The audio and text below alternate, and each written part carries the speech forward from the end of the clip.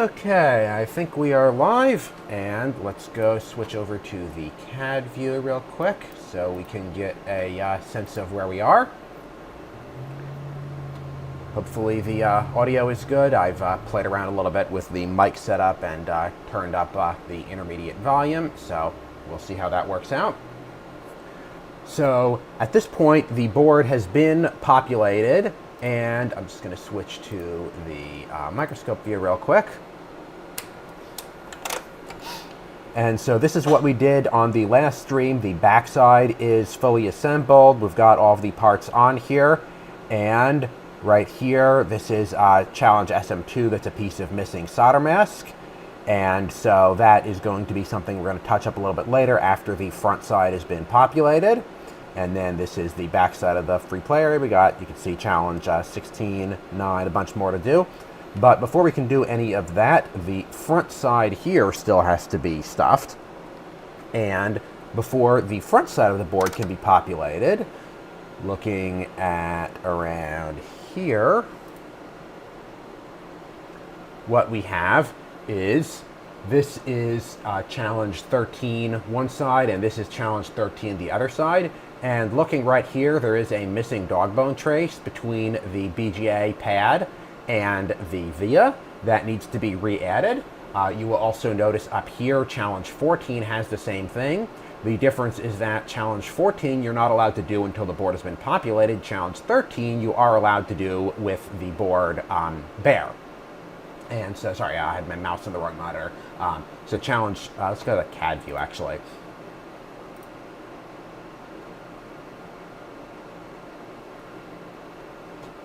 And 1 second.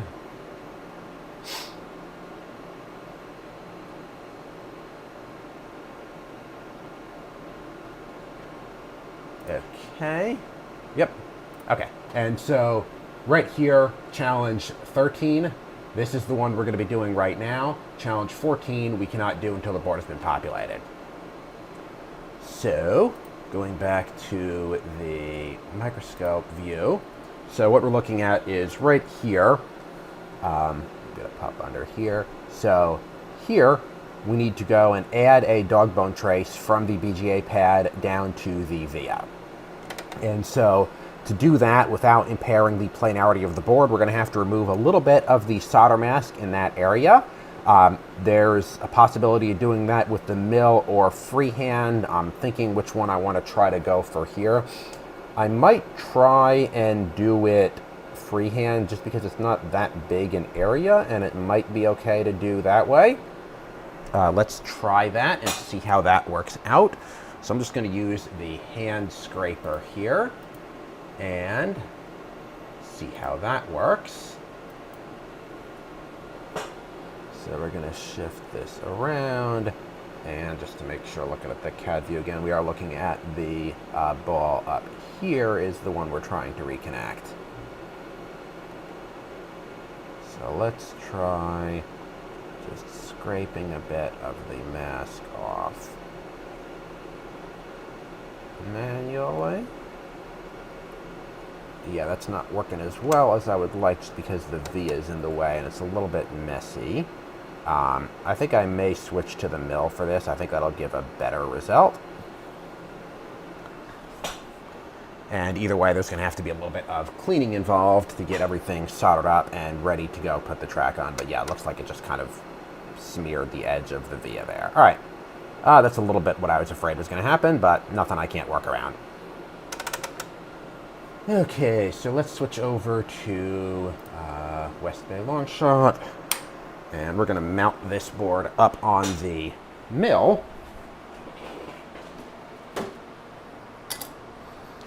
And get that light on. Get this out of the way.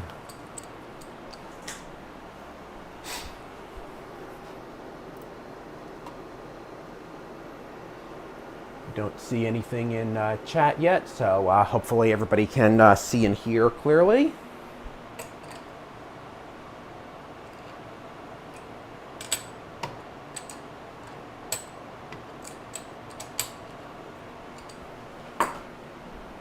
And let me just check over here. Yeah, audio levels look good. All right, so we're going to get the practice scrap board out of here. Get that out of the way. Just lift up the mill column a little bit. And then we can put the actual challenge board in here. Mount this up. And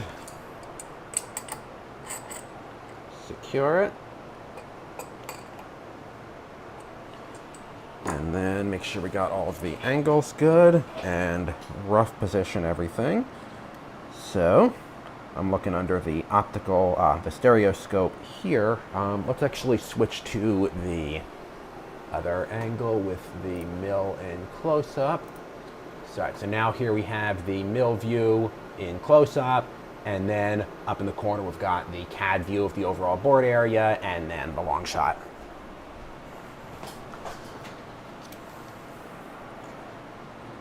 So I'm just going to move things around and get vaguely near where we want to be. My scratch from earlier will help to find the region of interest. Get the focus about where I want. And move the mill down.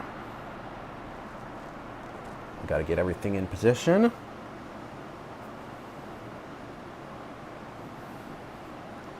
Move that here.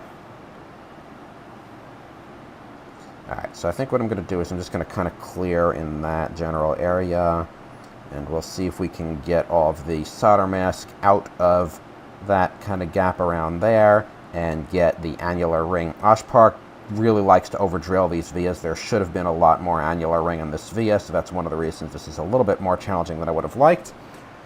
And let's also get the dust collection. So down here is the nitrogen spray needle. If I can get that about here, that should be good to get dust collection in place.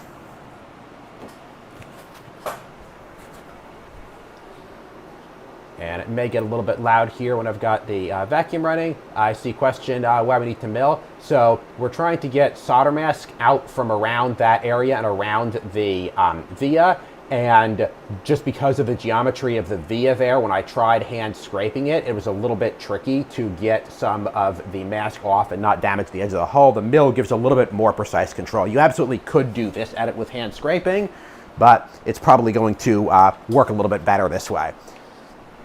So now I just have to crawl under the bench and turn on my nitrogen tank.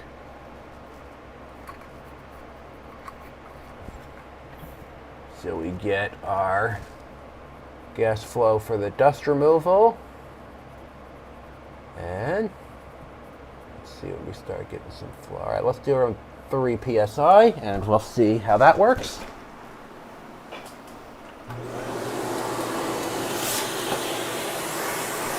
And I have no idea if you can hear me with the suction going, but we'll see how that turns out. So now we've got gas flow from the top right and then suction from the other side. And go down just a touch.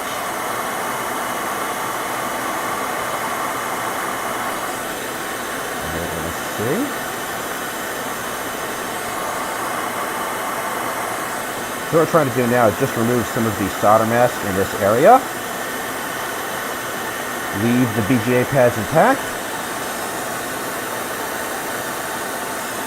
And up a little bit actually cover this on.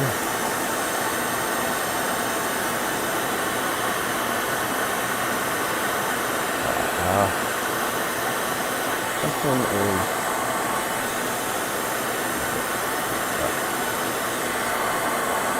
down just a little bit.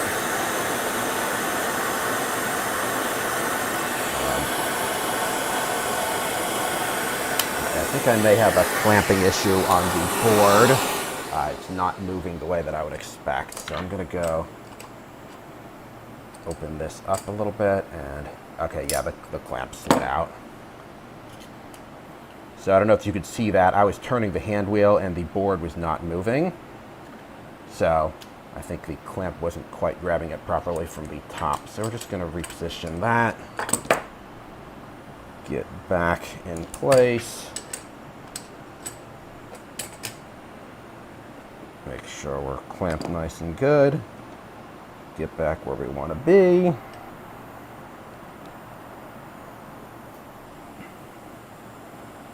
All right, that's good. And move deck down here. Perfect. And dust collection back on. Spindle on. There we go, that's what we want to see. And actually, that's even a little bit, let's actually go up a little bit more.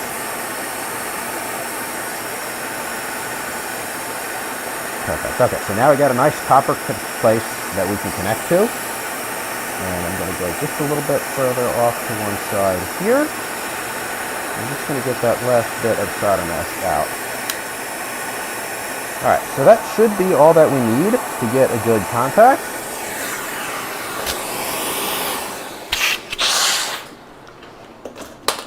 Suction off.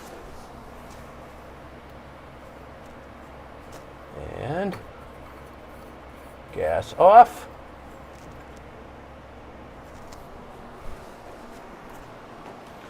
All right. Now we can just switch to the long shot view here so you can see better what's going on.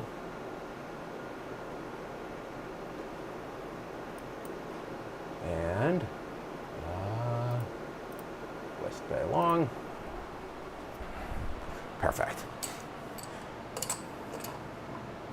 And yes, we need good planarity under the BGA pads. We don't necessarily need as much planarity in between them, but I am going to go back and make sure everything's nice and flat when we're done.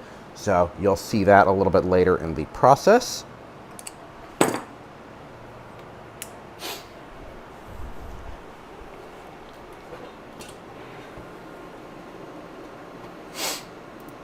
So now switching over to the microscope view here, I'm going to go and position that.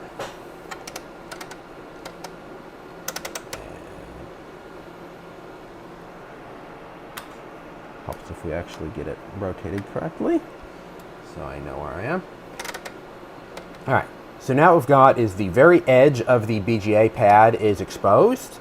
There's actually, it looks like a tiny bit of solder mask when I hand scrape got on there. So let's clean that up a bit.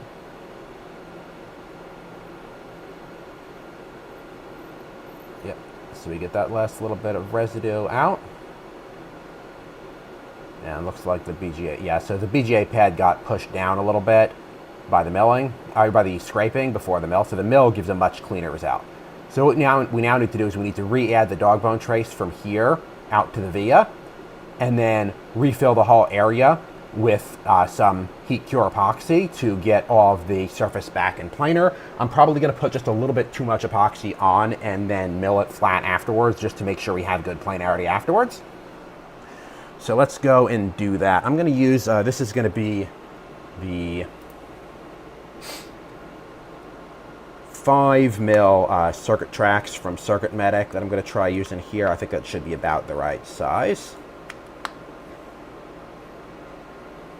And yes, plan is to reconnect the trace to the via and cover it up again. So we've got this. That looks like about the right size for our replacement trace. So now just going to go cut off a little piece of this.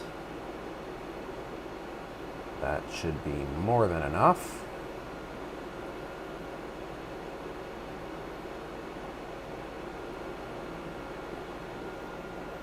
And yes, we are doing the challenges a little bit out of order. This is actually a 400-point challenge, but this one has to be done first because we need to not have the BGA on the board.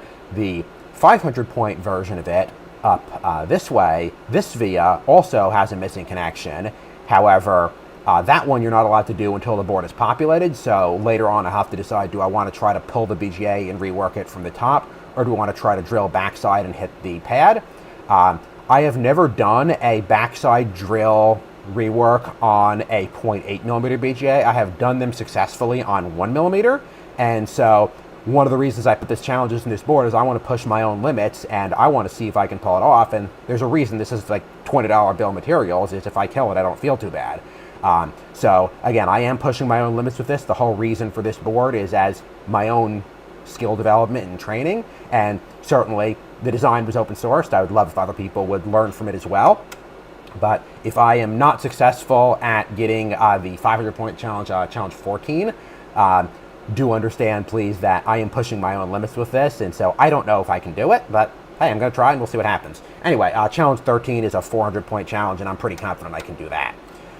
So what we're going to do is we're going to run the trace starting from here. I'm going to run it up this way, connect it to the BGA pad, solder it kind of to the edge of the BGA pad, then run it out here over to the via, past the via, solder it kind of to the edge of the via, get it nice and in position. I'm probably going to have to do a couple of cycles of positioning it, soldering it, cleaning it up, making sure we don't have any extra metal. We don't want anything that's going to be poking up. And yeah, the design is open source. It's on GitHub. I will put the link in the chat momentarily.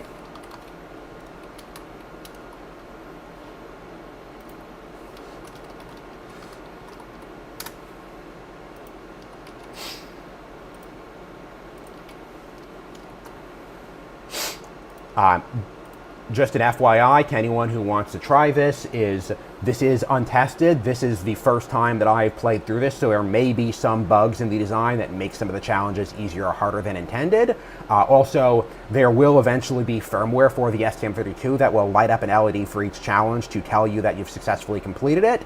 That firmware has not yet been written, so there's no way to electronically grade the challenges yet. After I have populated the board, I will off-camera write that firmware at some point before the next stream, and hopefully we should start seeing some green LEDs coming on in the next stream as we start going through stuff. The focus of this stream is going to be the challenges that have to be done before the board is populated, which is this one BGA site one, and then I'll probably populate the board on camera and we'll see how far we get. Anyway, let me go get the solder fume extraction turned on. I've gotten pretty good at doing it with my right big toe. I can usually hit the fume extraction switch under the bench, so that's what that fan noise you're hearing coming in is. And yeah, it's not actually a blinking, it's just this this row of LEDs here. Each one is going to come on in sequence when the corresponding challenge is completed. And when you're done, you're going to end up with an STM32H7 dev kit that's got 2 PMODs for GPIO, a pin header for UART, 16 LEDs, and I'm trying to make it not be e-waste. If you don't destroy the board practicing, then it at least will be useful for something. All right, so let's go get the soldering iron warmed up and get some flux on here. Just for scale, this is a 20 gauge needle, and probably looks like a giant oil pipeline to you. And there's also eyelash or something stuck to the end of it, so let me go clean that off. Okay, I am actually going to swap this needle real quick. It is pretty gummed up with flux on the outside, so let me do that.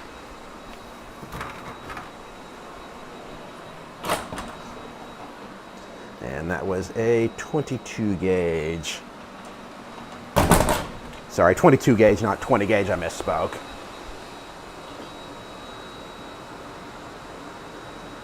All right. So we're back, and let's go get a little bit of flux in this area. And we are going to clean this up afterwards, obviously, but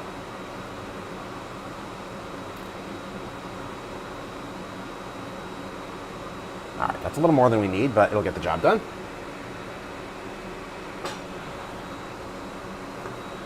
And I'm just going to actually get this iron and quick. Oh, I forgot to turn on the other iron. I only turned on the little one. I mean, the little one's probably all we need for this. It's all fine pitch. All right.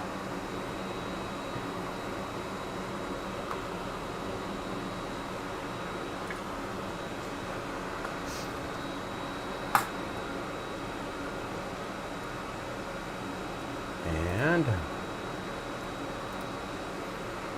now I'm going to, the bench view looks like it's just a little bit out of frame. Let me pull that down a bit. Does that look a little bit better?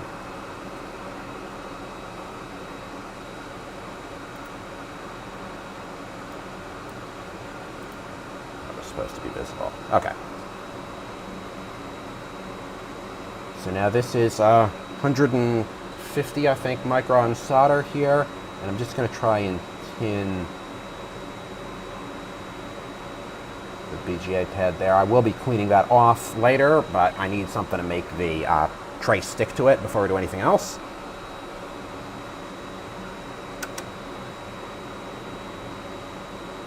And again, we need everything to lie flat at the end. So I'm actually going to get the little wire holder thingy here. Make this lay flat. I'm just going to kind of smush that there.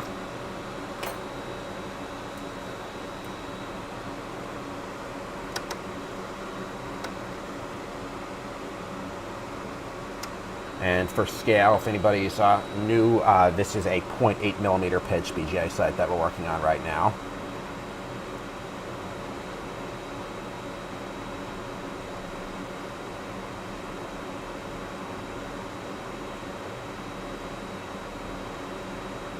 Alright, perfect.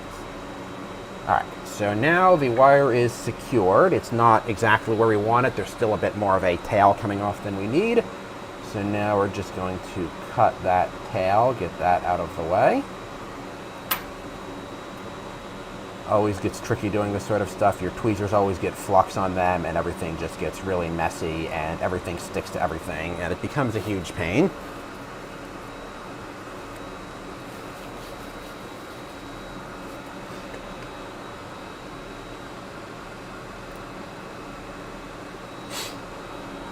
And let's see. All right, so now we've got the wire in place. It is connected at both ends. There's just a bunch of extra solder kind of in the way. So now we got to clean that up. So what I'm going to do now is I'm going to use the back of the scalpel blade to hold the wire so it doesn't move.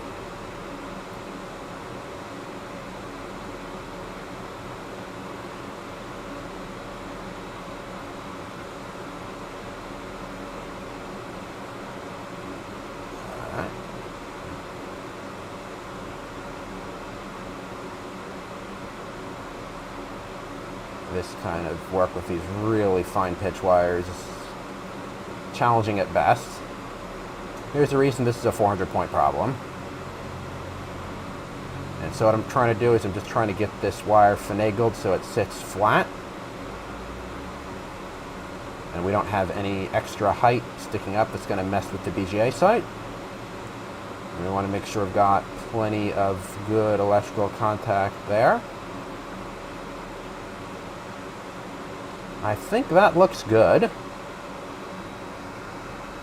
Sorry. Let me move the cat overview out of the way. Let's get that up in the other corner. Sorry, the field of view in the microscope is a little bit narrower than the camera field, so it can be a little bit hard to make sure that you're seeing the relevant part of what I'm seeing. Anyway, I think that is it for the soldering. So now we're going to try and get the rough flux removal done just so I can see what I'm doing. Not trying to get every last bit off at this point, just enough to do a visual inspection. And then dry swab, get all that out of here. Again, this is no clean flux and we are going to be doing an oven cycle at the end, so I'm not too worried about getting every last bit of flux off. I could do like a heavy scrub with safe wash tube. Actually, you know, I may still do that now that I think about it, because we don't want any flux residue that's going to impair the adhesion of the epoxy to the trace, because I don't want to have any problems with it coming off in the oven or something like that. So we'll see how well I can get it cleaned with just IPA and then follow up with some acetone afterwards. So that was 2 passes with IPA, and then we're going to do just a little bit of acetone, and then electrically test, just probe with a multimeter and make sure we've got good contact. And once we're satisfied everything is electrically good, then can get back to refilling and make sure the wire is not going to move around afterwards. All right. So I am pretty happy with how that looks. I am reasonably confident that we're not going to have any electrical problems, but just to be sure, let's go and take some measurements. So switch over to these tray here. And I'm going to go with the really fine probes, which I believe are, I have altogether too many probes in this bin. These are the ones.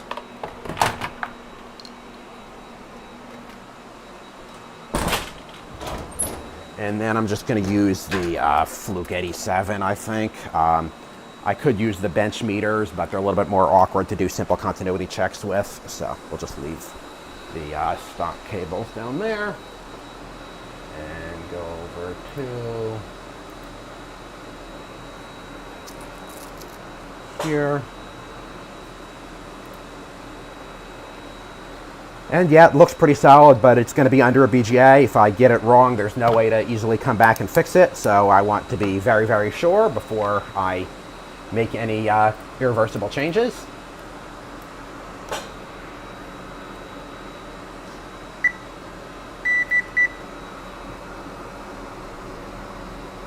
So we should have, let's go to the CAD view here.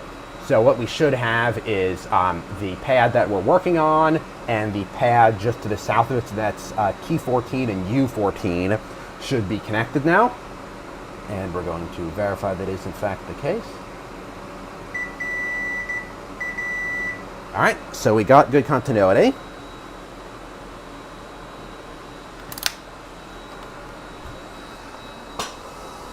And now we can worry about making sure it stays that way.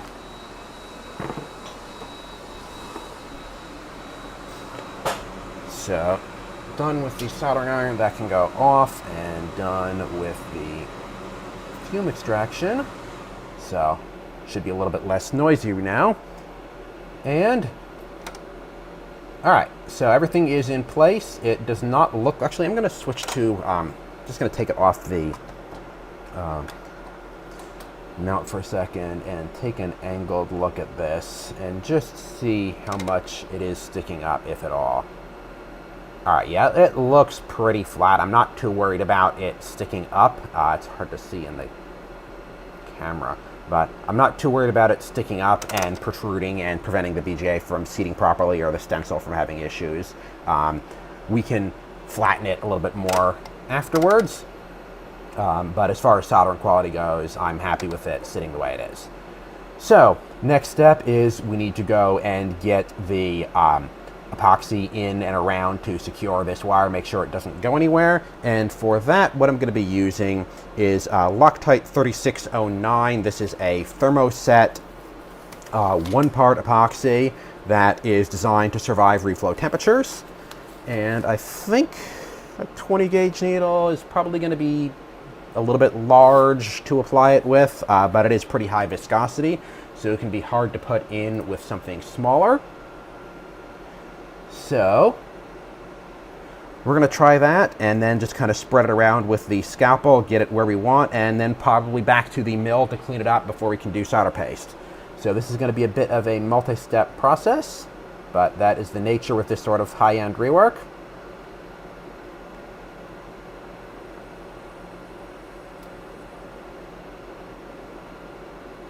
All right, well, that is way more than we needed.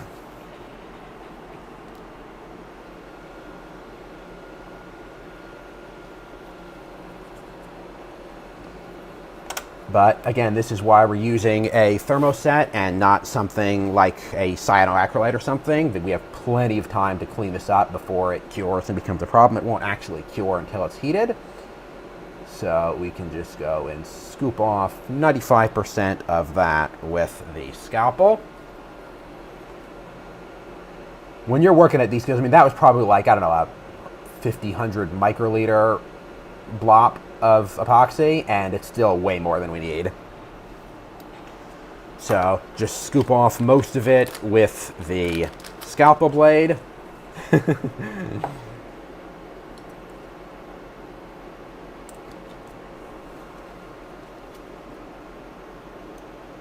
just going to wipe off my scalpel so it's nice and clean for later on. And then we can get the bulk of the epoxy off. Make sure we're going to get good contact. We don't want to have any contamination on the BGA pads when we reflow, so definitely want to make sure these are nice and clean.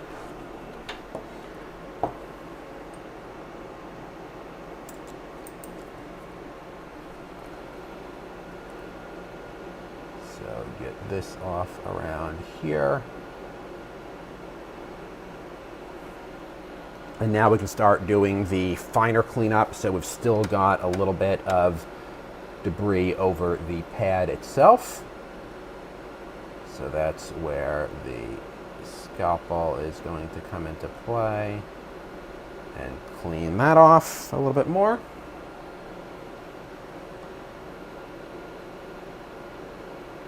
And clean that off. All right, and that is a little bit closer to what we want. Actually, I'm gonna put a little bit more on the other side. I just really don't want this. Sorry, let's go up here.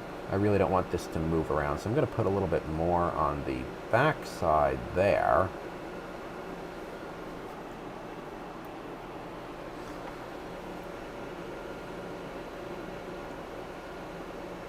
And yes, it is expensive. It also has a relatively short shelf life. It needs to be stored refrigerated. Unfortunately, it is the best that I've found for this sort of work. I've played around with a couple of other things, and if you want to survive reflow temperatures and be a 1-part resin rather than a 2-part, which is really nice for this sort of thing, I have not found anything that works better. I've tried a couple of 2-part epoxies, and yeah, the results were just not as good. All right, so we're getting closer to what we want. Cleaning off, again, all of the extra that is around, but not on the points that we care about. I'm not too worried about that pad because there's no electrical connection to it. So let's do one more pass with the acetone swab to clean the surrounding area. And again, you will notice there is still a bunch of the adhesive on the BGA pad itself. Trying to chemically clean the, just need a little more, trying to chemically clean the actual BGA pad itself while we have the other area there is a little bit dicey because there is so much of the adhesive we want to keep in close proximity. My concern is that we may end up degrading the performance of it. And so as far as solder mask repair kits, yes, I actually have some UV Cure solder mask. It is not as good at sticking things down as the 3609. The 3609 is meant for like in reflow attachment of heavy connectors and stuff like that. And so for denser areas like this where I actually want to structurally hold something in place, I prefer to use the 3609.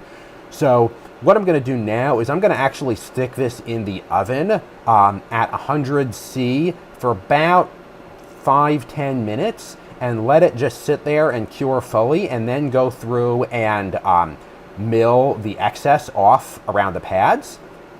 Looks like we just have the one pad that's affected, so we're just going to clear out that tiny little bit in there. And so I think that's going to give the best surface quality. We will be doing some solder mask touch-up a little bit later on in the stream. Let's just go make extra sure we've got all of that in there. And I'm actually going to put a little bit more on there. And again, what we're trying to do is we're trying to make sure that this wire is not going to move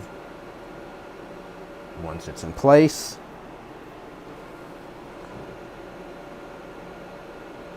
And so I want to be really sure that it is firmly attached. And if it turns out that we have, so again, we have a little bit of extra here, that is completely okay. We can mill that flat and get a nice smooth surface that we can go and do the BGA installation on. So I think I'm just going to leave it like this and then clean it up after it's cured. Again, that is the nice thing about the thermoset resins. So yeah, I think we're done. I'm going to pop this in the oven. Go to a long shot here. And while I'm doing that, I've got some prep to do for the assembly. So this is going to go in the oven, and we're going to set it to 220 Fahrenheit.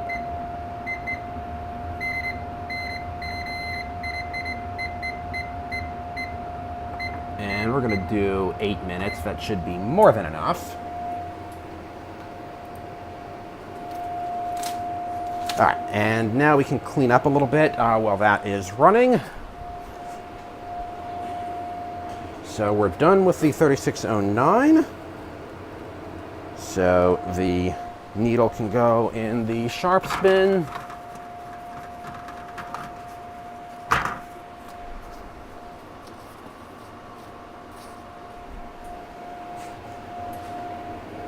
Go cap up the syringe, get that out of the way. I think I'm not going to need the 3609 for anything else, so I'm going to put this back in the fridge.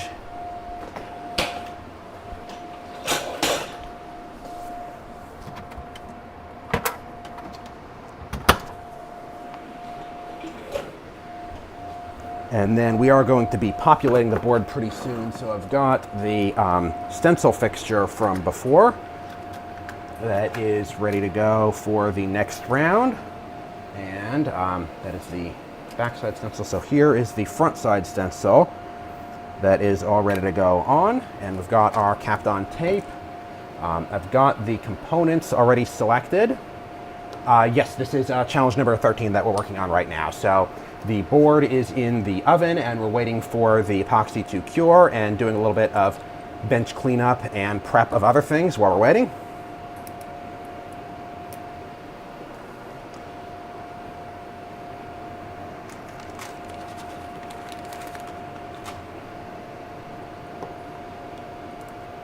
Getting all of the flux residue off of some of the other tools that we were using.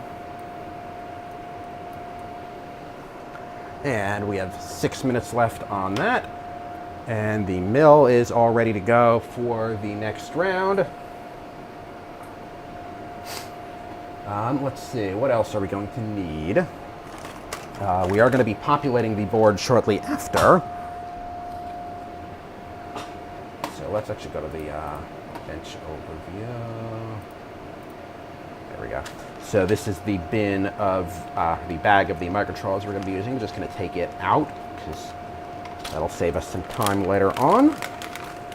This is the STM32H750 in the 216 ball BGA. And done with that.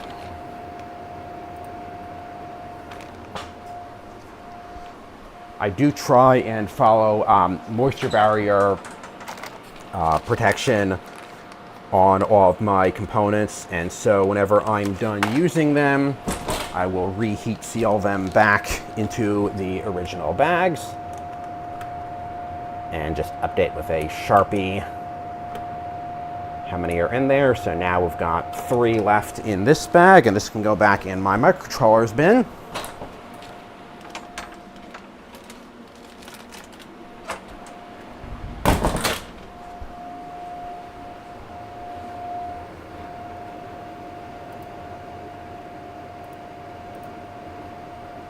See if there are any other questions from the peanut gallery while we're cleaning up here.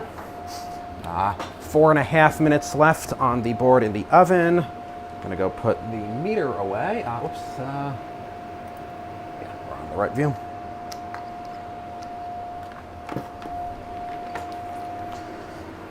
These are the super nice pointy probes from Probe Master. They've actually got pogo pin tips, so they're really nice for fine pitch work. I don't keep them on the fluke all the time because they are a bit fragile to use for like poking power systems and big giant chonky things, but when you're doing fine pitch stuff, they're definitely really nice.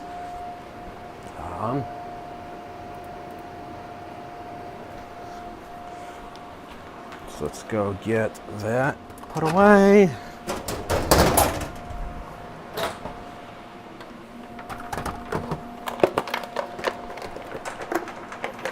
And that.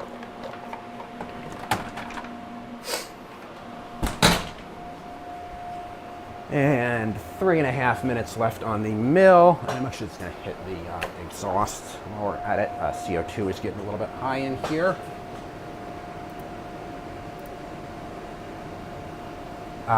Do I know how the issue occurred? Yes, I put it there. This is a training board, so I designed it to have this exact problem, and now I'm practicing fixing it.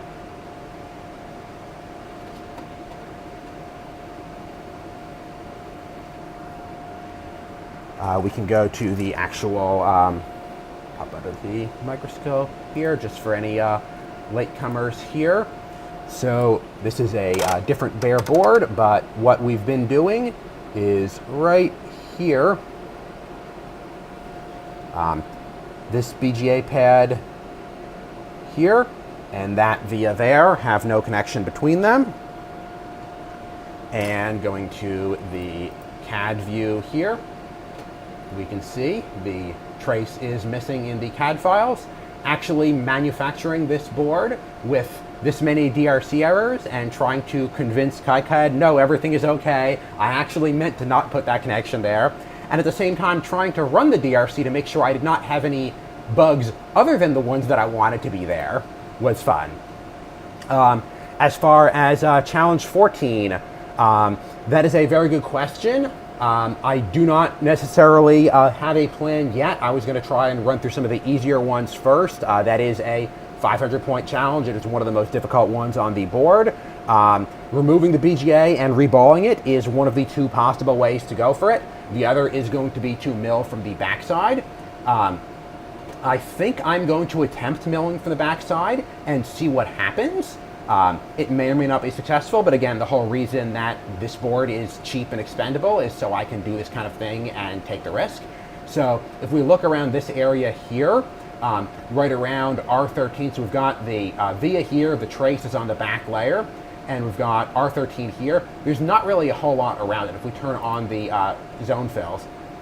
So looking from the front side of the board, there's nothing around it. Going to inner is solid ground layer, below that is solid power plane, and then there's nothing here except this. And so if we were to mill in from the backside, there's a good, let's see, how much space do we have around there? Like here to here, I got 1.2 millimeters in the Y and like almost 3 millimeters in the X of space around this area. So I should be able to mount up the board perpendicular and do a nice stepped cavity in this way, have it be deepest here, shallowest here, so I've got a nice line of sight looking this way into the bottom of the cavity, and try and expose that BGA pad. The other thing that's in our favor is that if we miss a little bit up this way, all of these pads here, here, here, so P12, 13, 14, R14, R12, these are all no connects. And so back milling would be, oh sorry, when you say fishing, yes, poking some 36 gauge wire or something in there is a possibility. You could possibly go in through here as long as you don't hit the V-core 3.3 or ground. It is something I've heard of people doing. It is not something that I would be inclined to do since it is still 3 rings in from the edge and we're trying to hit it here. My plan is not to mill to the ball. There's a difference. My plan is to mill to the BGA land. I want there to still be the 35 micron copper foil on the underside. I'm going to be soldering to the back side of that copper foil. The front side of the copper foil will be attached to the BGA. And ideally, if we get the positioning just right, we're actually going to mill down to about this point, mill just here, just hit the edge of the BGA pad, and leave part of it still firmly over FR4 and solder mask. We don't want to delaminate it. And so yeah, R13 is what we'd be trying to connect to here. Again, this is challenge 14. The one that I've been playing today is this one, T14, U14, and this is challenge number 13. This is the one we're allowed to do with the board unpopulated. And all right, we're done in the oven. So I'm just gonna go open it up and switch bench views here. Pop over to, where are we, bench long, and grab the board out. Sorry about the rather cropped view. I've got customer boards just out of view on that bench that I need to not show on the stream, so it's a little bit of a tricky angle to make sure that we can see what you want to see and nothing more. All right, so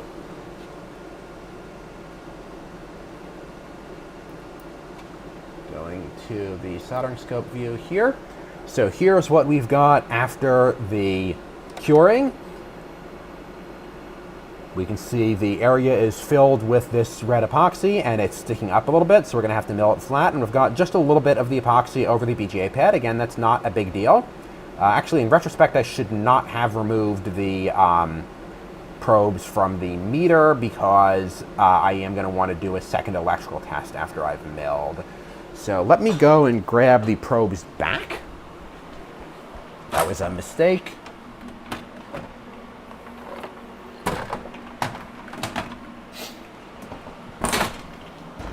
So I'm going to grab the probes back just so that, again, before we actually populate the board, we will have everything ready and be really sure we've got good electrical connectivity. So, all right, the board's cooled off enough. I can pick it up with bare hands now. So back over to the mill bench, and let's not forget to swap cameras. And safety glasses. All right. So we're gonna get the board in position on the bench. Get it as close as I can get in the vise. Pretty close to where we want it. Make sure we're clamping it good.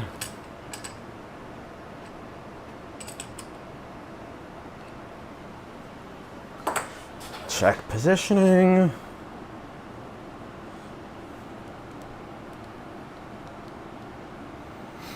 So in the angled view here, you can probably see, actually, let me see if I can turn the zoom up a little bit on the microscope camera. See if we can get this a little bit closer.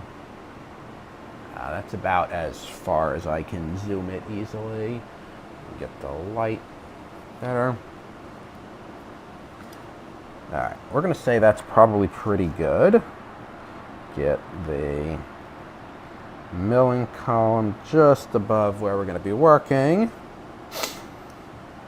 Position everything here. Get my zoom. Yep, all right, so we got the cavity is well filled. We've got it sticking up just a little bit too far there. We can machine that flat. I think we are good to go. And I'm just going to switch over to the milling view and see if there's any more questions from the chat. Yes, I can show the tips of the probe when we are doing the final connectivity verification in a couple of minutes after I finish milling. Crawl back under the bench. Gas tank on. And nitrogen pressure 2. Nothing, nothing, nothing.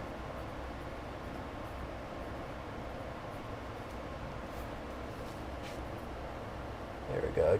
1, 2, 3 PSI is what I've been running at here, and that seems to have good results for chip removal. Don't want to burn through the gas too quickly. Suction on.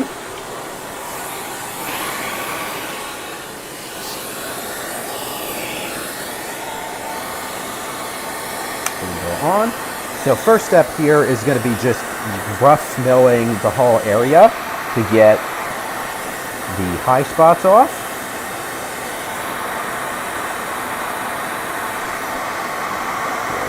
Down.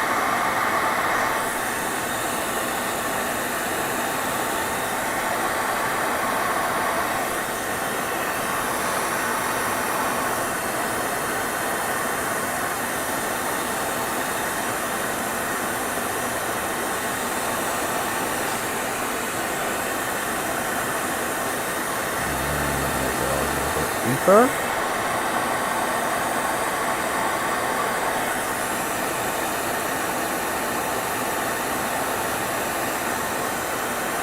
The goal here is to not be significantly, if at all, damaging the solder mask. So I'm actually going to bump up a touch because it looks like it might be starting to scrape the solder mask here.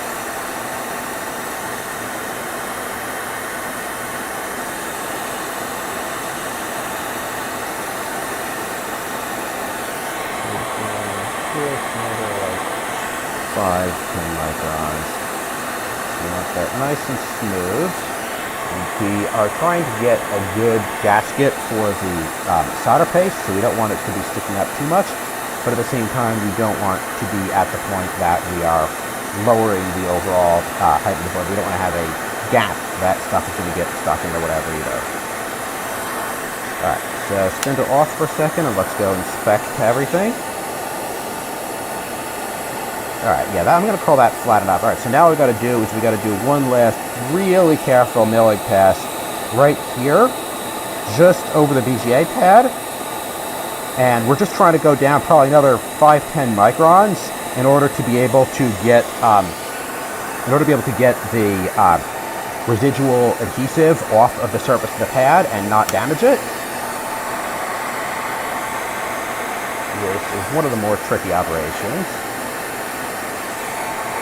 Looking at the mill. The mill is 1 millimeter, or the hand wheel is 1 millimeter per revolution and 100 divisions, so each division is 10 microns, and I'm trying to do about half a division of movement here at a time.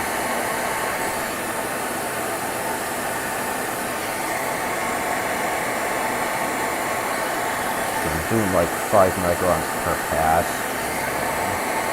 It also feels like I'm taking up some backlash right now.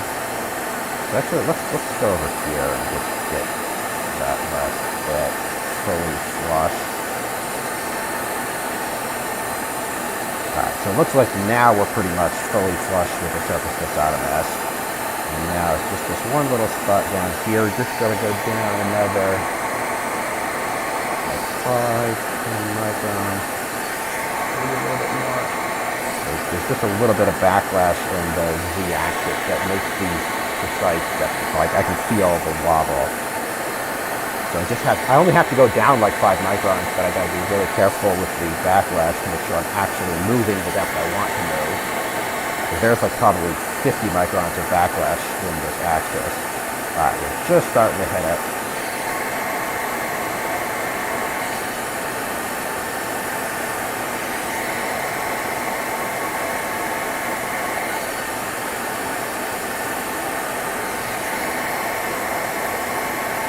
This is a 35 micron copper foil that we're trying to clear and not damage.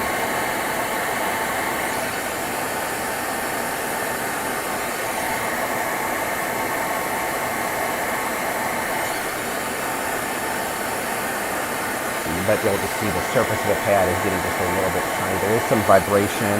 Unfortunately, there's not a whole lot I can do about the vibration.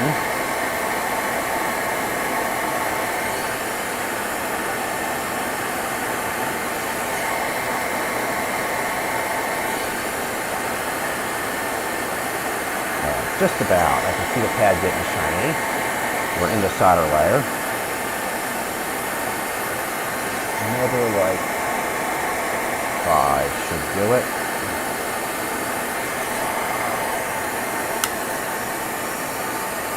Alright, I'm going to call that clear enough. Alright, so get that out of the way. That looks good. Ears can come off.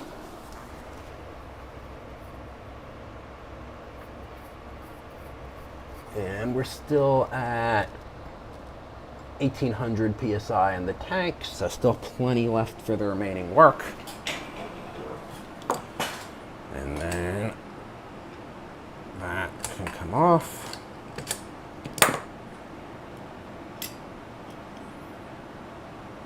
Get this out.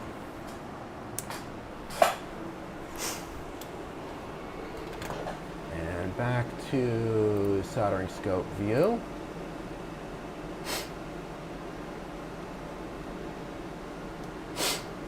And lack of rigidity is interesting. The camera is actually on a indicator mount, but the bench vibrates. When you're at these scales, moving a few tens of microns is enough to blur the images. So I've done my best to try and get the best video that I can, but yeah, it gets tricky. All right, so let's go mount this up here and see how this looks from the top down. All right, so that looks pretty good. We have the surface milled flat.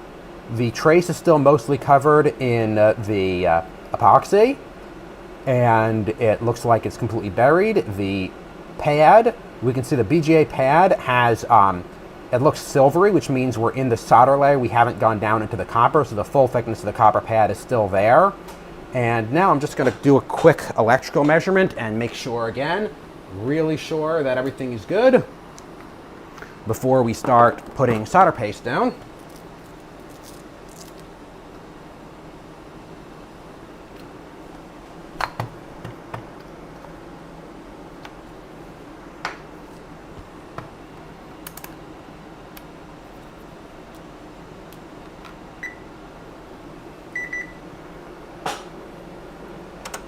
Zoom out a little bit. So again, what we are wanting is for this pad and this pad to be electrically connected, and they are. Perfect. All right, so we've got a good solid connection here, and it looks like it's secured well enough that it shouldn't move around during reflow. At least that's the hope. We won't know for sure until I get some firmware written that can actually query the status of these pins. But at least from a visual perspective, I don't see there's any way that that trace is going to go anywhere during reflow. And the other thing that we want to look for is making sure that at about the 5 o'clock position on the BGA pad where the trace is exiting, we want to make sure that we don't have too much exposed metal, because if there's a lot of exposed metal in that area, we would potentially have the BGA ball starting to wick off to the edges. And we're trying to avoid that. We want the solder to stay on the land and not wick down the trace. And so that's one of the other reasons we want this area covered. And also the surface looks like it's got pretty good planarity. In the north end around the 3 o'clock, 2 o'clock position, we do have a section where I actually didn't put enough in. The solder mask, or the epoxy is a little bit below the solder mask surface, but I don't think that's going to cause any problems anywhere. Yeah, if Mohammed, if you wanted to see the probes again, I'll just pull one out here. Can we go to the? All right, yeah. Here's the bench overview. So here's the overall pad, or the overall probe, and if we take off the cap, we can see how small it is, and then going under the microscope at low magnification here. The focus right, we can see that there's a little bit of compliance to the probe. It's spring loaded, and so as you push on a pad, it'll maintain spring pressure and it's not going to bounce around. So yeah, I really like these probes for fine pitch. They have a couple of different pogo tips that you can put on them. I usually just do the pointy sharp conical, I forget what it's called, but the pointy thingy is what I've usually used. All right. So now, actually we want the microscope back on. All right, so now I think we are ready to start populating the front side of the board. Now that we've got the one bit of rework that had to be done prior to assembly finished. So we're gonna get this rough positioned. And actually, yeah, never mind, I'll do it after I get the paste on.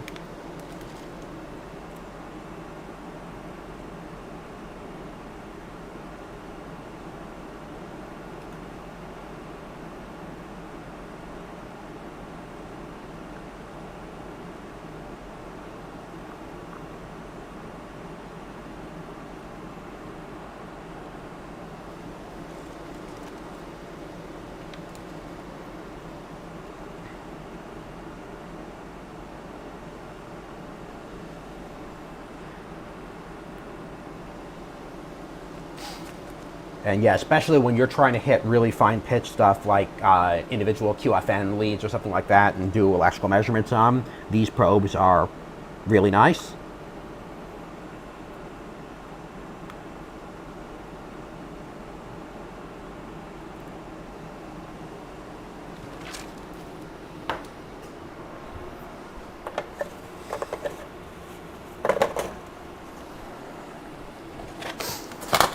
And I just ran out of gloves. Give me a second to get a new box.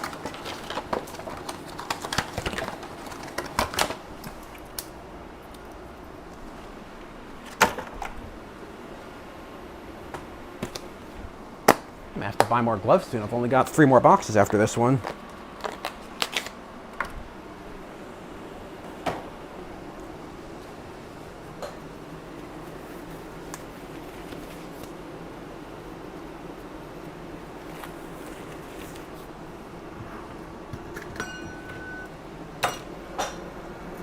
Okay, so board is aligned everywhere. Paste on.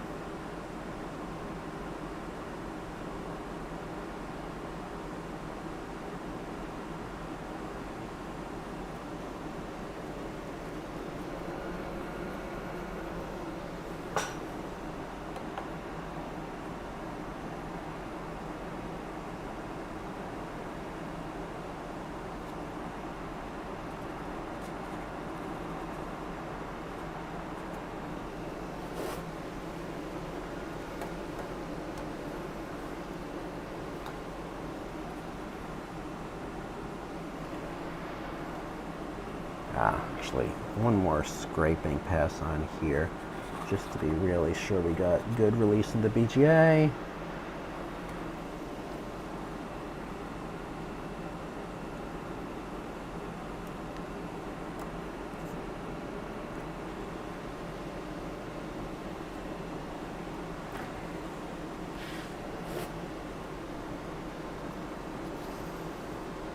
And now we can go and clean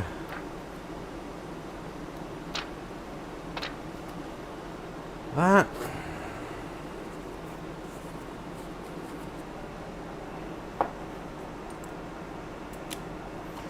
Get the stencil cleaned up.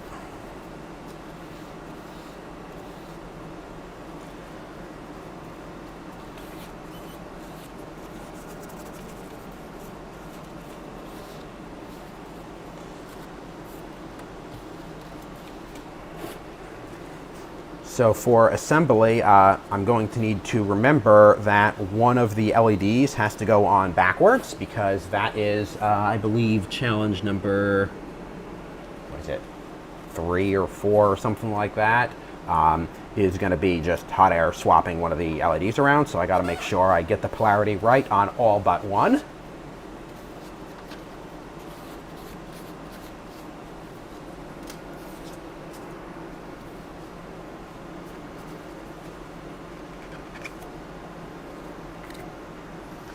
The joys of boards like this. And this is one of the reasons why people have asked me, like, am I going to go sell assembled versions of this board or something like that for people to practice on? And because one of the challenges has to be done with the top side of the board bare, it really doesn't make sense for that. Like, the design is on GitHub. If you want to go build it yourself, you're welcome to, but I can't assemble the board and sell it, because then you wouldn't get the experience of doing the rework before assembling the board. And kind of the way I see it is, if you are not able to at least populate a board with a BGA on it and a bunch of 0402s comfortably, you probably aren't at the skill level where you'd be able to do rework on a board with a BGA and a bunch of 0402s on it. And so I guess maybe it would be possible at some point to make a version that is populated on the backside only or something, but yeah, I don't know, it's not something I see as a priority. Again, I made the board for my own internal skill development, and if other people can benefit from it too, great. But this is not a beginner's project by any stretch. It is very much assumed that you've done a lot of fine pitch work before and are comfortable doing so. So I figured kind of doing it as a kit doesn't make a whole lot of sense. I mean, I guess you could have assembled ones that are just missing that one challenge that people can do otherwise. Anyway, so now we've got the board fully fully pasted and ready to start stuffing. And you're going to see some interesting tidbits once we get to that point. We're going to go to the soldering scope view here. All right. So, actually, let's rotate this because I need to be able to put the USB connector in from the side. So let's actually put it like this. All right, so we've got this free play area down here is just a bunch of bare 042 footprints. I'll probably go shove some 10Ks or whatever on there just so I've got something to poke at. This is just kind of an unstructured practice area. There's some internal and external layer traces around it. Then we've got pin and paste set up for the UART connections here, the grid of connections for the USB, or the LEDs. Going down here, it looks like we've got a pretty good paste print on the BGA, except for these two balls in the top left corner here. And if you notice they look suspiciously clean, then you are not wrong, because going to the stencil has two missing apertures for those pads. That is challenge number 12 is going to be repairing these balls in the northwest corner, which hopefully one or both of them will fail to make a good contact, and we will then be able to try reworking those. So again, I'll have to go write some firmware to test it before I can actually see if I get a bad print, but the hope is that we're going to get a bad print on, or sorry, we hope that we're going to get a bad reflow on those balls and that they won't wet well, and yeah, we'll see what happens on those. And then we've got the USB connector up here. Everything is pretty boring and not particularly noteworthy, except down here we've got the SPI flash that has the lifted pad and the solder mask covered pad. And to Michele, or however you pronounce that, the solder paste fixture is my own design. I made it specifically for confined labs that don't have space for a full-size stencil printer. I will probably at some point publish the design. I'm still fine-tuning it a little bit, and there's a few things I don't like about it. But yes, as it stands, if you leave a comment or something, I may try and remember to upload the existing SolveSpace CAD files for it, but I want to put some more polish on it before I do a proper release. All right, anyway, let's try and actually get this assembled. It should go fairly quickly. So we've got the BGA. A1 is in the northwest corner, so that means we want to rotate it like this and get the vacuum tool.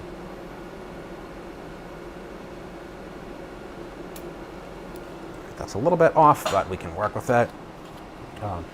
This BGA footprint is also my own KiCad footprint that is designed for hand assembly. So it's got the two concentric rings of silkscreen on it to help with alignment. And so you ideally want to be just touching the inner ring, and if the alignment is a little bit off, you might not see it, but the outer ring should be fully visible. So let's try and get that fully positioned. Again, looks like we're still a little bit north of where we want. Osh Park usually has pretty good silkscreen alignment, and so that's why I've used the silk for registration on there. That looks pretty close. Before I do anything else, I'm going to actually unmount the board and just tilt it a little bit and make sure we're positioned the way we want.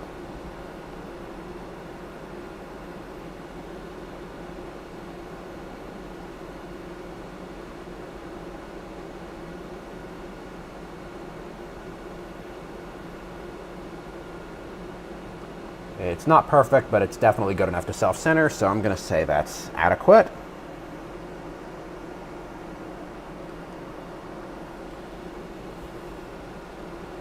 All right, so now we can go start putting the other components on. There's not a whole lot on the front side, so it should go quickly. We've got our 25 megahertz oscillator there, and the spy flash that we are going to have to take off, but part of the challenge is doing so, so I'm going to put it on even though I know it's going to have to come off right here. And that's upside down. Get that turned right way around. And again, I'm going to want to write some firmware to try and fail to talk to the flash before I do any of the rework, just to make sure that I can see it happen. And then these two components down here, challenges, I think 4 and 5 here, those come later. That is going to be hand placing an 0201 and an 01005 and then soldering those. So those are do not populates for assembly time. Then we've just got the LEDs, a few things around there. All right, perfect. So let's actually save the big connectors until later and do the LEDs and the resistors next. So the series resistors on the LEDs are all 33K, which is, I believe, here. That's 33K, perfect. All right, so we have a bunch of those.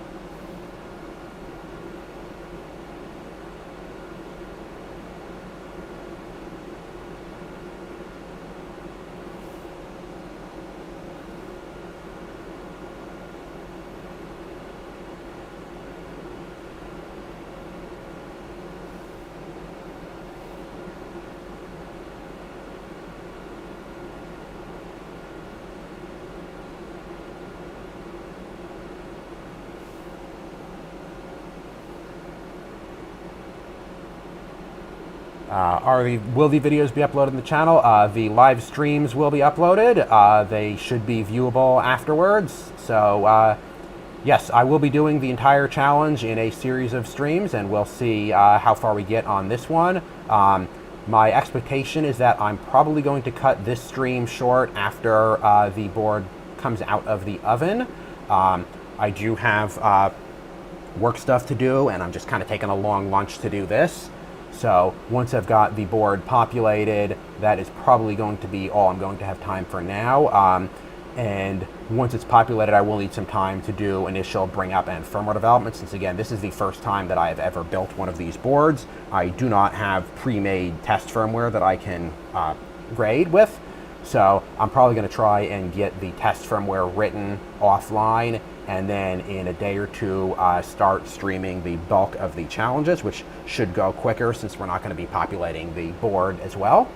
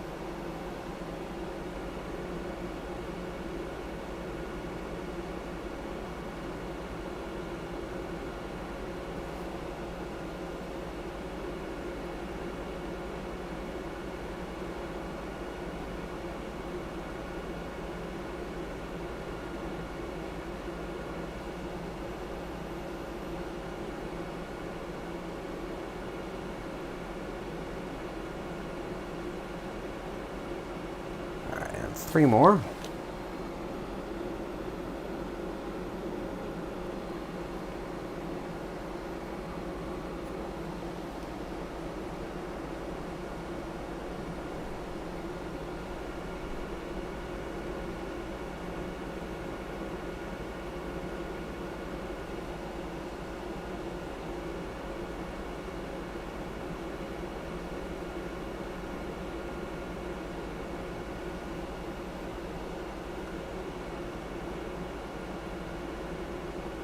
All right, so that is, I think, it for the 33Ks. What is our 38? That's a 0. All right, I will do that next.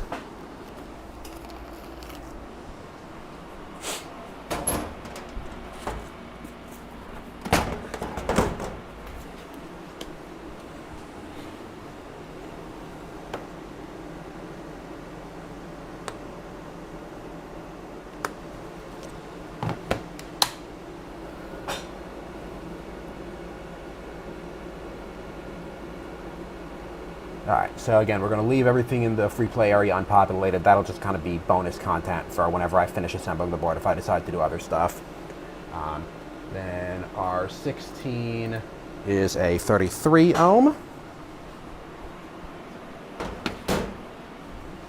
which is my one reel over here. Let's verify that is a 33 ohm. Yep.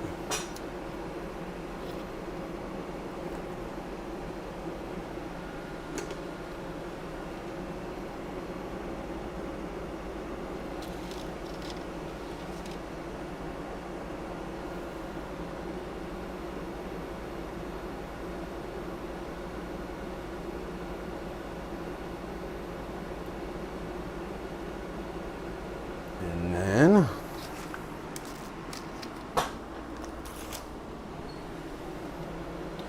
we have R2 and R3 at the top. Those are for USB 5.1K. I do not have that bin out here.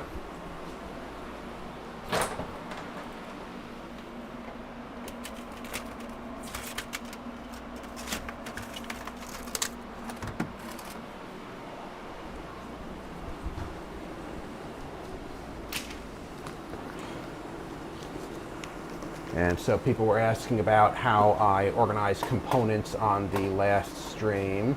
So going over to here, I've got this whole bin is 100 to 999 in one side and 1K to 9K on the other side. So then if I go fish around in here, I believe it's about 1 to 4.7 in the first half, and then the second half here. Okay, yeah, so this one starts with 4.7K. And so now you just got 4.7, 4.99, 5.1. So we can get to the 5.1K in just a couple of seconds from a big pile of shelf bins. It's a decent organizational system, at least if you mostly work with one size. I generally do almost all 0402, except if I have a specific reason to go bigger or smaller. And so that makes it relatively easy to find things. If I had a lot of different sizes as well as values, that would possibly require a different organizational system or similar, but it works well for me.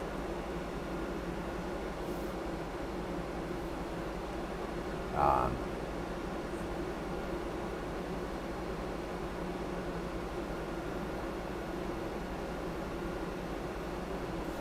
right, so that is it for those. And then we had the fuse that I'm going to do in a second. And then C3 was a 0.47.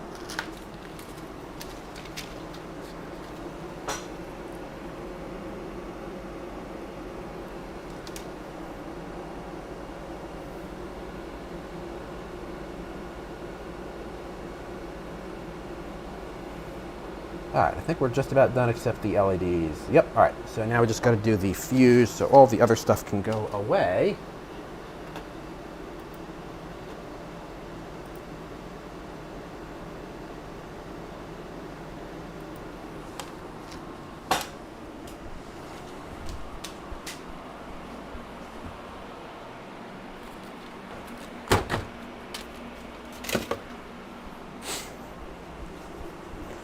I always try and clean up the bins as quick as I can just because the lab is so small you can't move if you leave too many bins out, and so if I am not actively using them, they have to go away in the cabinet immediately just because, again, it's such a small space.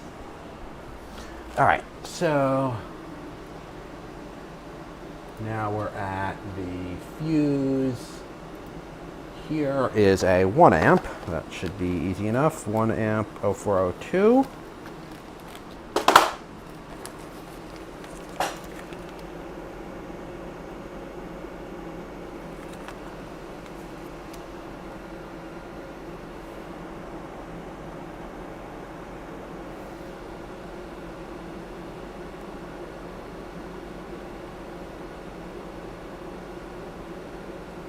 Alright, and now I can put the USB connector on. There is actually, I gotta fix it in the next spin at some point. There are no paste apertures for those outer slots for some reason. I need to fix it, so I'm gonna have to hand solder those pins. Those are providing all the mechanical support for the USB connector. The electrical contacts are all here. But yeah, I don't like having those not connected. I'm actually, I'm going to try and see if I can just squirt a little bit of solder paste on those now. This was not a intended bug in the design. This is actually a screw up in the footprint that hit me on a previous board, and I made a mental note to update the footprint to fix it and forgot. So, that's what I get.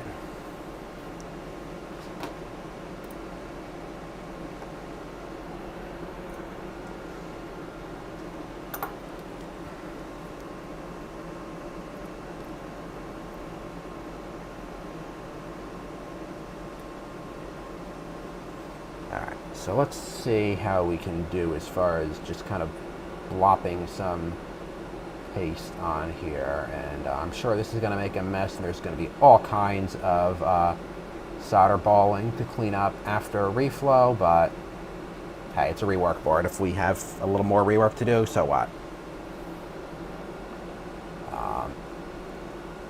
So yeah, let's just try and kind of blop some paste around here and see how it goes. It's probably better than nothing.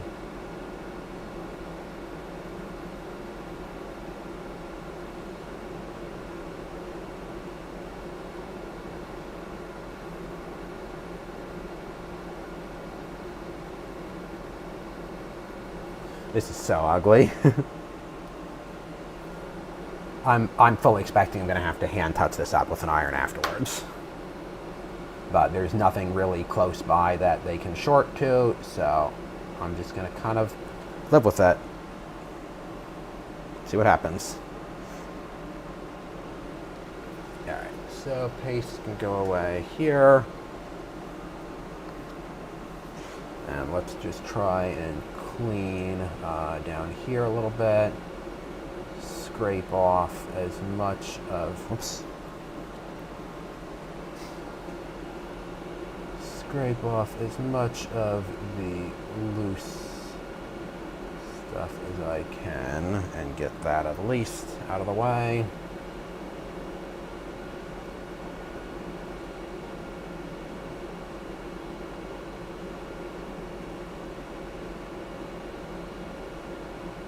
Alright, I'm going to call that probably good enough, I think.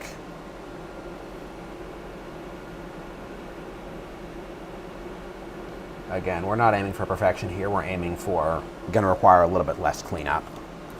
All right, that's probably good enough. And then again, still got to do the JTAG connector, that, and then all of the LEDs.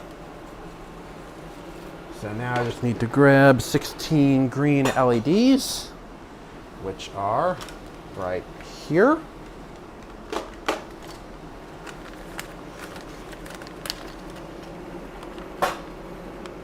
One, two, three, 4, 5, 6, 7, 8, 9, 10, 11, 12, 13, 14, 15, 16. And yeah, solder paste is pretty forgiving in small volumes up to a point. I have definitely had something where I've looked at it and I'm like, yeah, it'll probably be fine. And then it wasn't, especially under LGA power modules. If you give the extra paste somewhere to go, it's usually pretty forgiving. If it has nowhere to escape, that's where it starts to get messy. All right, so let me just check.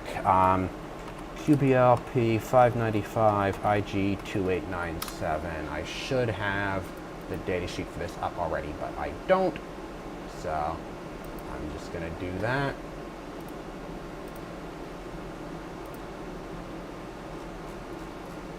All right, and the little green mark is on the positive side. Don't you love LED polarity markings? All right, so where is the schematic?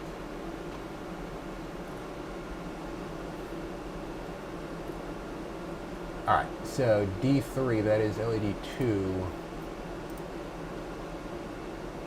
Okay.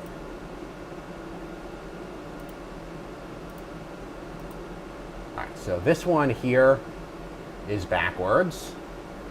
All of the others are supposed to go in correctly, and the green stripe is on the positive side, so I want it on the left.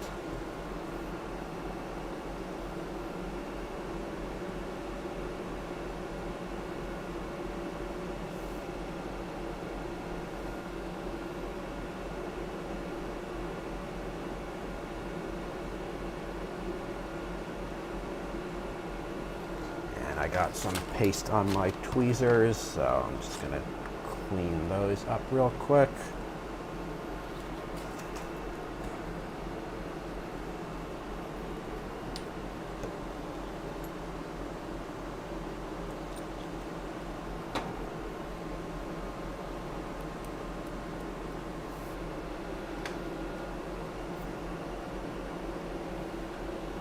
All right. That's a little more IPA than I thought I got on there. All right, well, let's give that a second to evaporate.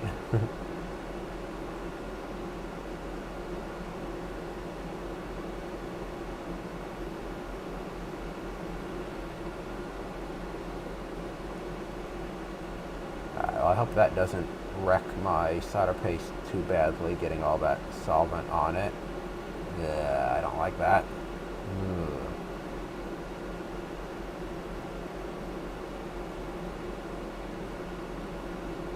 All right.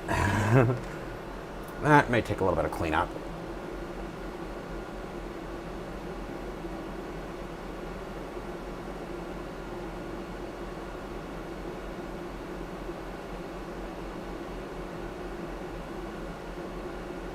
And I'll clean that little bit of paste off the top of that one after it comes out of the oven.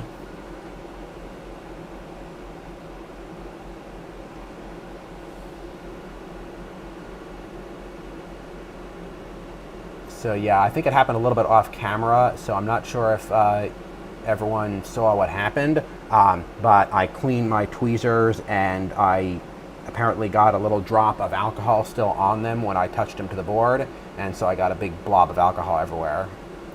And yeah, so it might be a little bit messy. I'm about 80% sure it'll reflow okay. And if it doesn't, well, I had to rework LED number 3 anyway. You can see it's backwards by design. So if I have to go do a little more rework in the area, it'll be more practice.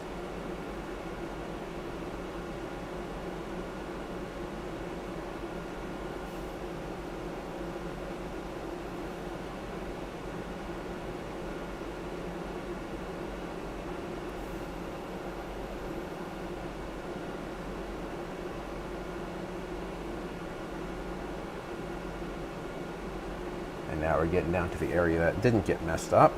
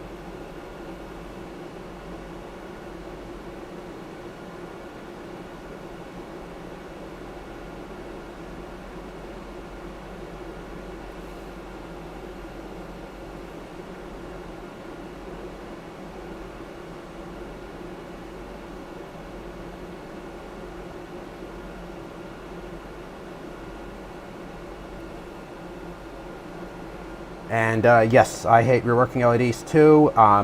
What I'm actually probably going to do to swap these rather than using hot air is I've had pretty good luck just dual wielding irons, one in each hand, and I don't have proper hot tweezers, but using an iron in each hand I can get almost the same result and I don't have to buy a separate tool, and so that's probably what I'm going to do.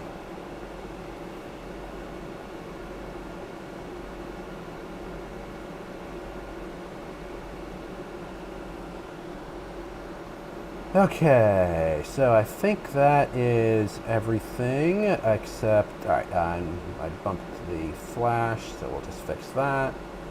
Alright, BGA is still good. We've got that super ugly mess there. Alright, so now I can just put the JTAG connector on. I don't need a microscope for that.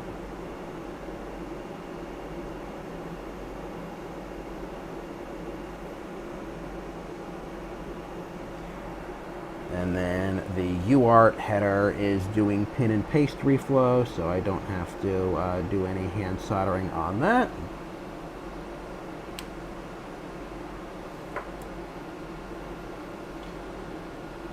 Alright, final inspection. Alright, I think we're good to go. So now this is going to go in the oven. Unfortunately, I do not have a camera set up to film inside there.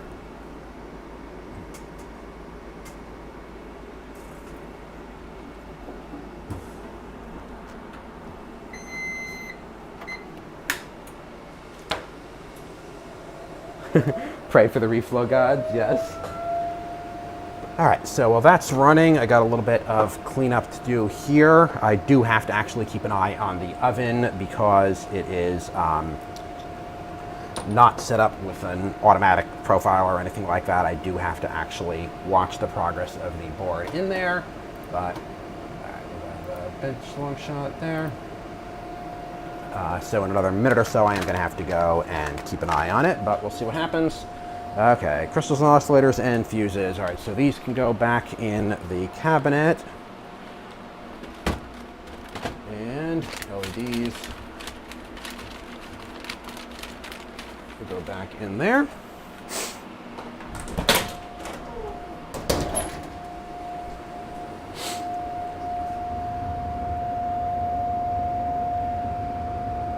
Wow, we are way off center.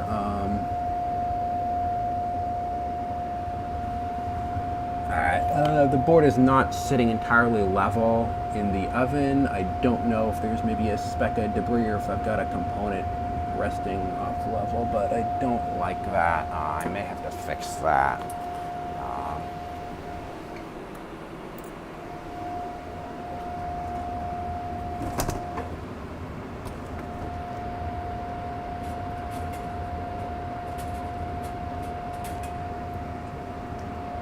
Still sitting off level. I think it's...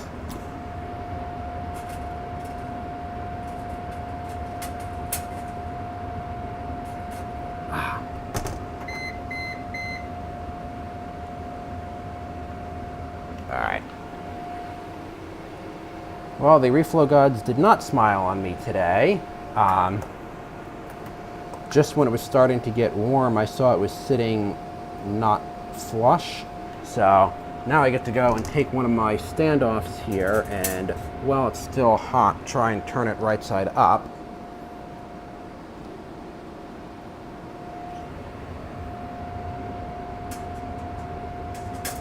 And then get the board back in there and actually run the full profile.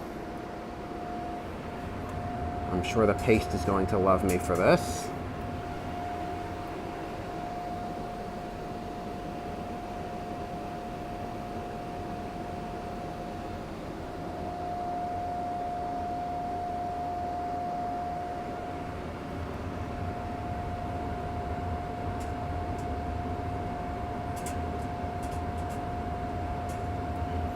All right, we're gonna just stick that in there and hope for the best now.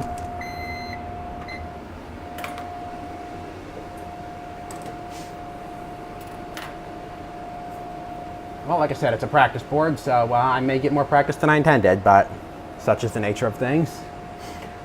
Usually if it's a design that I care a little bit more about and is a little bit larger, I will usually actually screw the standoffs in the corner and then it'll sit nice and flush. And this one, thought I could get away without doing it, and yeah, seems that may have been a mistake. All right, so let's see, what other prep work do we have to do before it comes out? We've got these here, we've got the PMOD connectors I'm gonna be hand soldering. I'm set up with, just got a little bit of extra backer to cut off of here.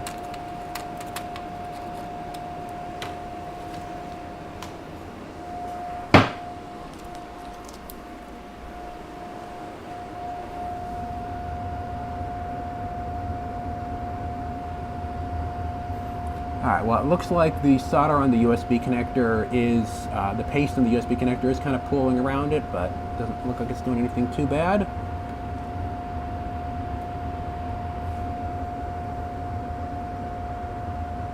The BGA is right where it should be. Probably have another 2-3 minutes until we start getting to reflow temperature, but we're going to find out.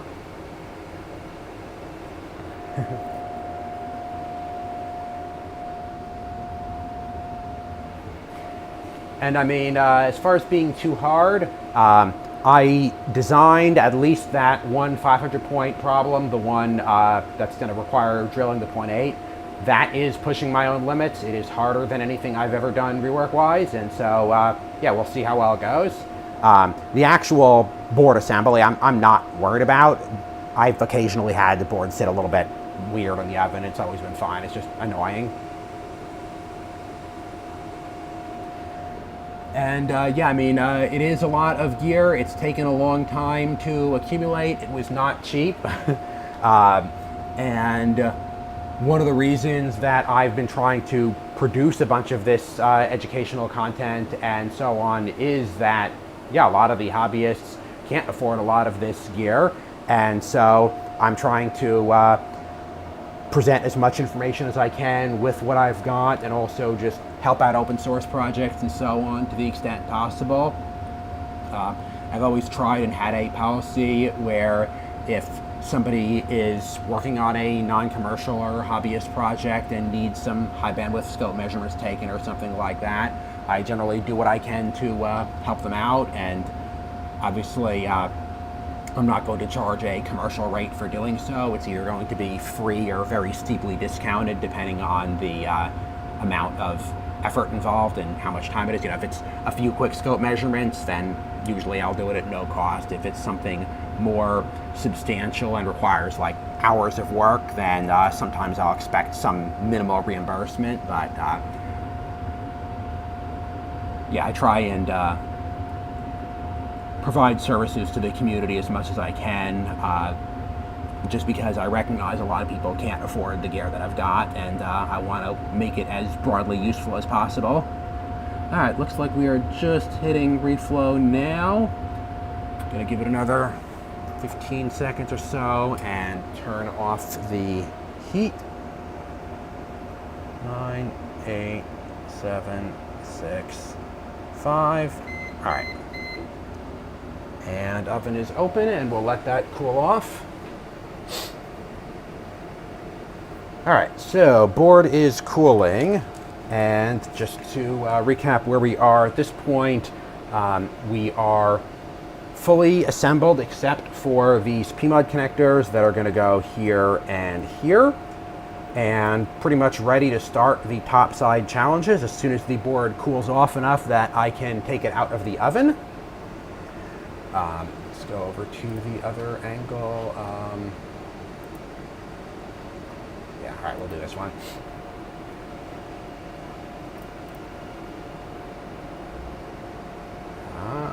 Which camera am I sitting in? Well, I'm trying to make sure I'm holding it in front of the right camera here. This camera, sorry. So here is the board, and we've got this connector here, and then this one here are going to need to be hand soldered as soon as it cools off. And other than that, we should be good to go. I am probably going to start with swapping the LEDs just because that's easy to do visually. And well, obviously start with the connectors, get it fully populated, start with the LEDs, and then I'm probably going to start doing the spy flash. Those should be fairly quick, and I think it makes sense to do those on this same session. Some of the more complicated ones I may save for a future stream. I don't want to spend too much time on this, but I may start those. We'll see how long I feel like running and how late I plan on having my workday run once I wrap this up.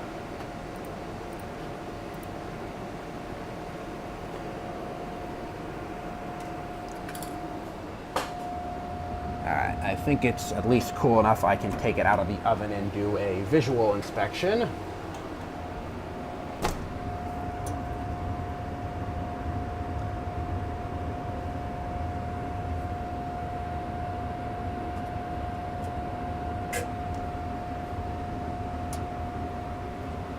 I'll just leave the fume hood running to keep the smoke away. Alright. So I'm just going to stick this here. It's still too hot to really touch, but should sit over there. And we're going to go over to the microscope view here. So just a preliminary top-down inspection. The BGA looks to be about where it should be. Maybe a little bit north, but that may be just silkscreen misalignment. The USB connector looks good. All the holes are at least somewhat filled. We're probably going to touch that up a little bit with the iron, but again, not too bad. Everything else looks fine. So let's just look here. Look here on the BGA. Yep, all looks like it's good there. All looks good there. Trying to see if that shows up for the camera here. And then this right here. I'm going to try and see. All right, I'm gonna shift the microscope up a little bit and try and not hit the power button on my other monitor when I do that. Come on.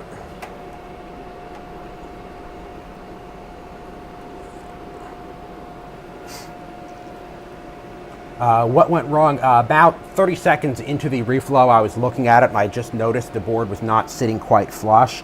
I think one of the backside components probably was just touching the standoff that it was sitting on. And so, yeah, not a huge deal. All right, here we go. So looking at the backside here. I think we got the result I wanted.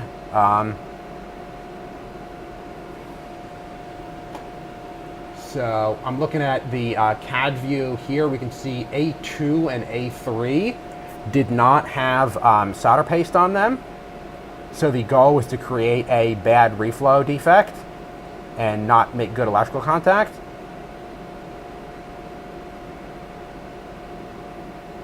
And I think we may have done that. Kind of looking under the edge here.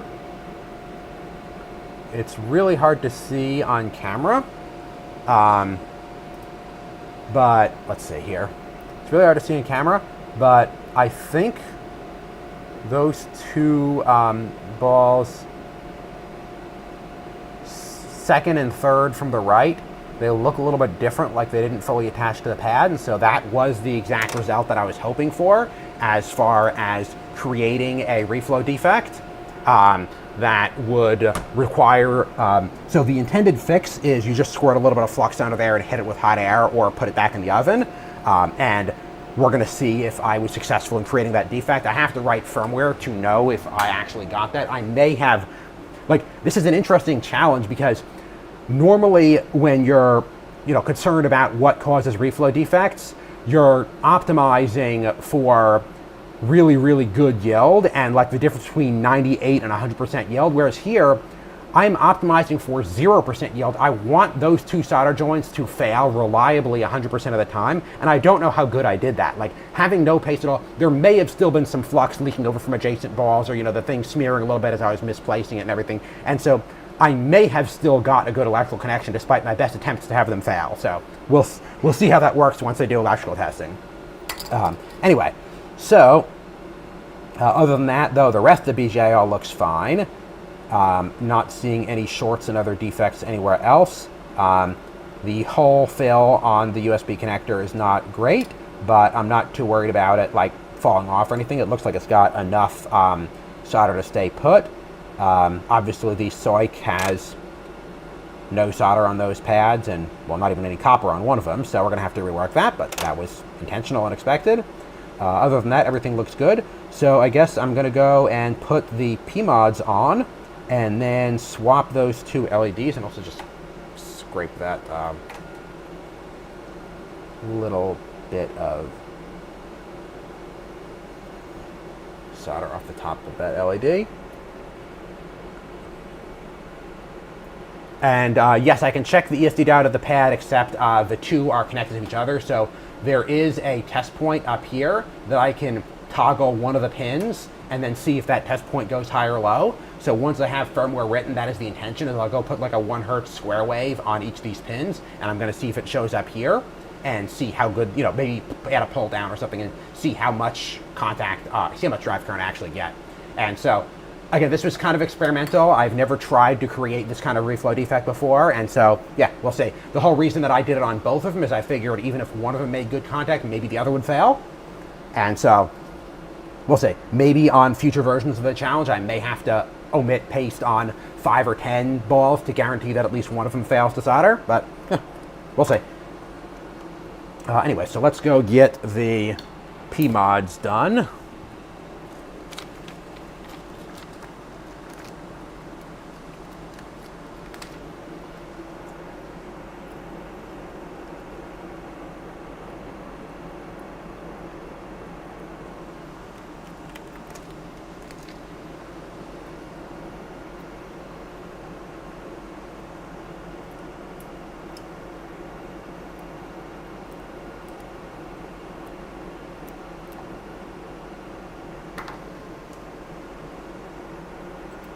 Just going to add a little Kapton tape to hold them in place while I'm soldering.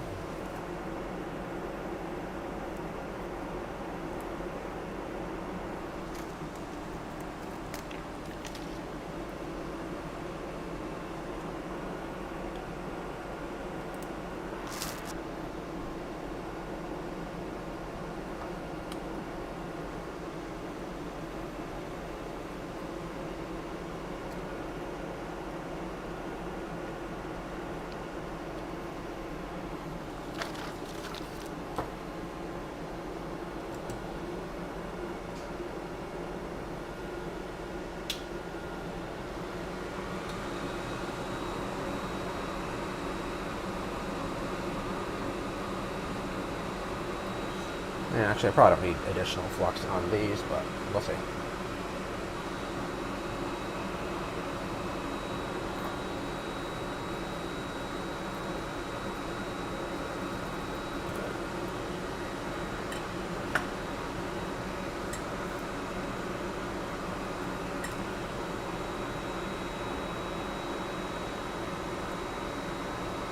Just get that iron cleaned off a little bit.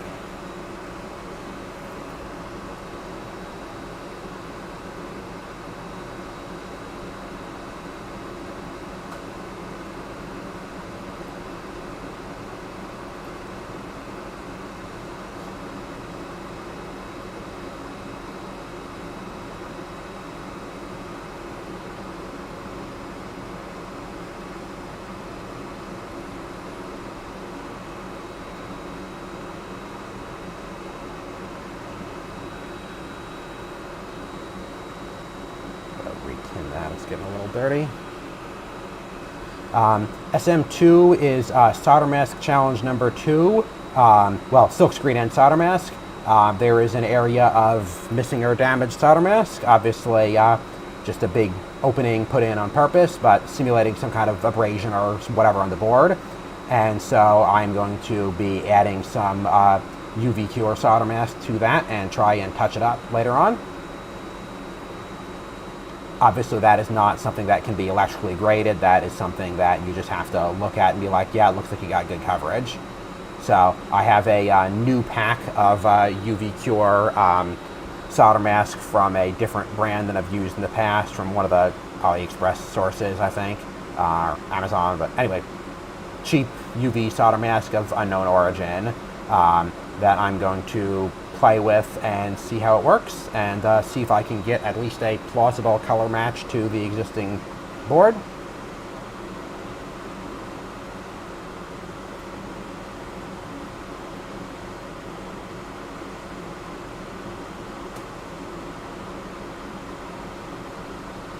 Alright, so we got all of those, and just for good measure, let's add a little bit of extra solder here.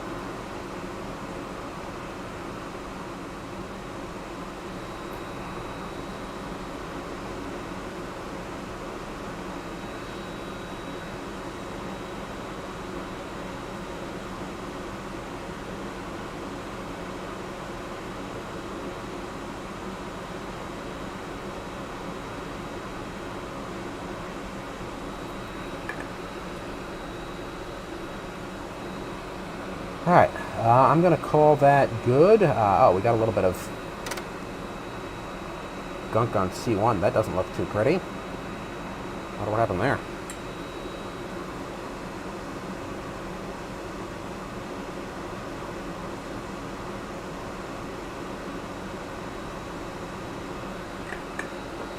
And yes, the board is from Oshpark.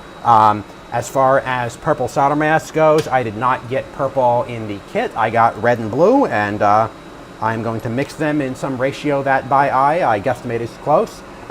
For the actual challenge, if you're going to try to do this yourself, you do not have to do Oshpark. Nothing in the design is at all high speed or impedance sensitive. I made it at Oshpark because that's who I usually use, but it'll work just as well on JLC or any other 4-layer process as long as it's got compatible minimum design rules. I do make pretty heavy use of minimum trace size features in order to make some of the challenges difficult. So let's just get some of this flux residue out of here. Well, I'll do a more extensive clean later on, but just want to get some of it out, especially around the pin and paste. Sometimes there's a bunch of gunk. And yes, Oshpark is always purple. Okay, so let's see what we're at now. So we got mid-chip solder ball on that guy there. Easy to clean up.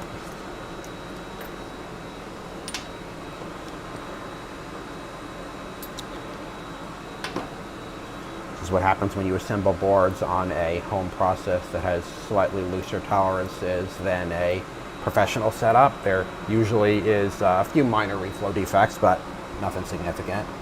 And let's just make sure, yeah, there's a few other mid-chip solder balls, so they're not in the way of anything. I'm not going to worry about those.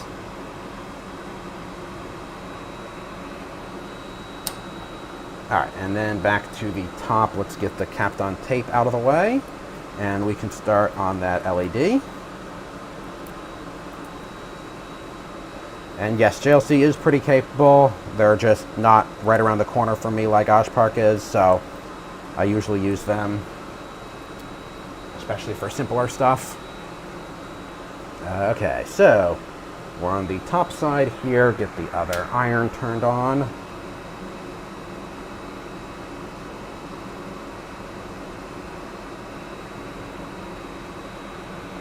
And so, yeah, so we got LED number 3 is the backwards one. So I'm just going to stick a little bit of flux on here.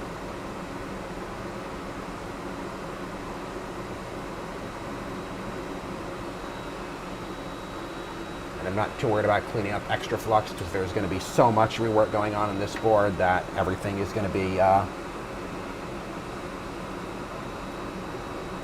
getting cleaned a bunch anyway. Alright, so I'm just holding one iron in each hand and just going to quickly melt that and push it out of the way.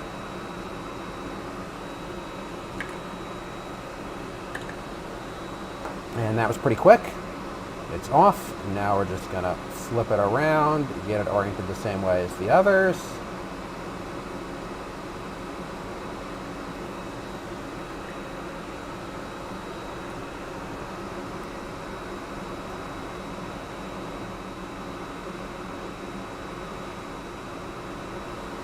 There we go.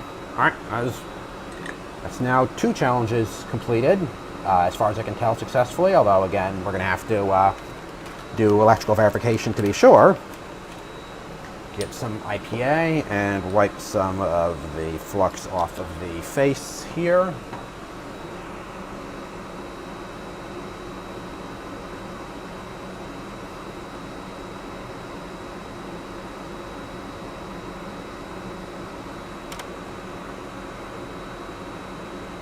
That looks just fine.